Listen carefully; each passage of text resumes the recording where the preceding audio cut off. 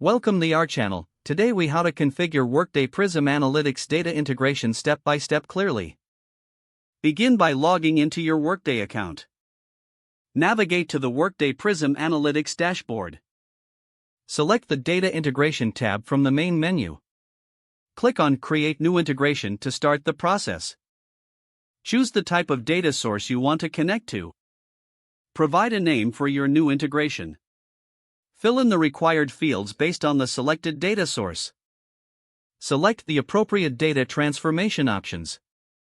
Configure the data extraction frequency according to your needs.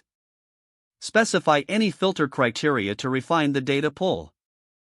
Map the source fields to the destination fields in Workday. Review the mapping to ensure accuracy. Set up any necessary credentials for accessing the data source. Save your integration configuration. Test the integration to confirm that it is working correctly.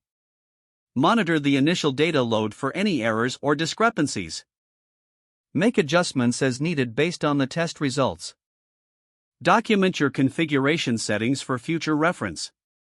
Finalize and activate the integration once satisfied with the setup. Regularly check and reconcile the data to ensure continued accuracy. If the page does not load, refresh the browser or try again in a private or incognito window.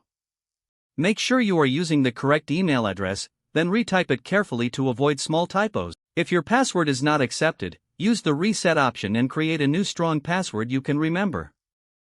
Check your spam folder for verification or security emails, then complete any requested confirmation steps. Enable two-factor authentication if available to improve account security and reduce unauthorized access risk. After signing in, review your profile details so your contact information and settings are accurate and current. If you see an error message, note it down and try again after restarting your device and internet connection. Log out when you finish, especially on shared devices, to keep your account and payment information secure. Don't forget to like this video and subscribe to our channel for more step-by-step tech guides.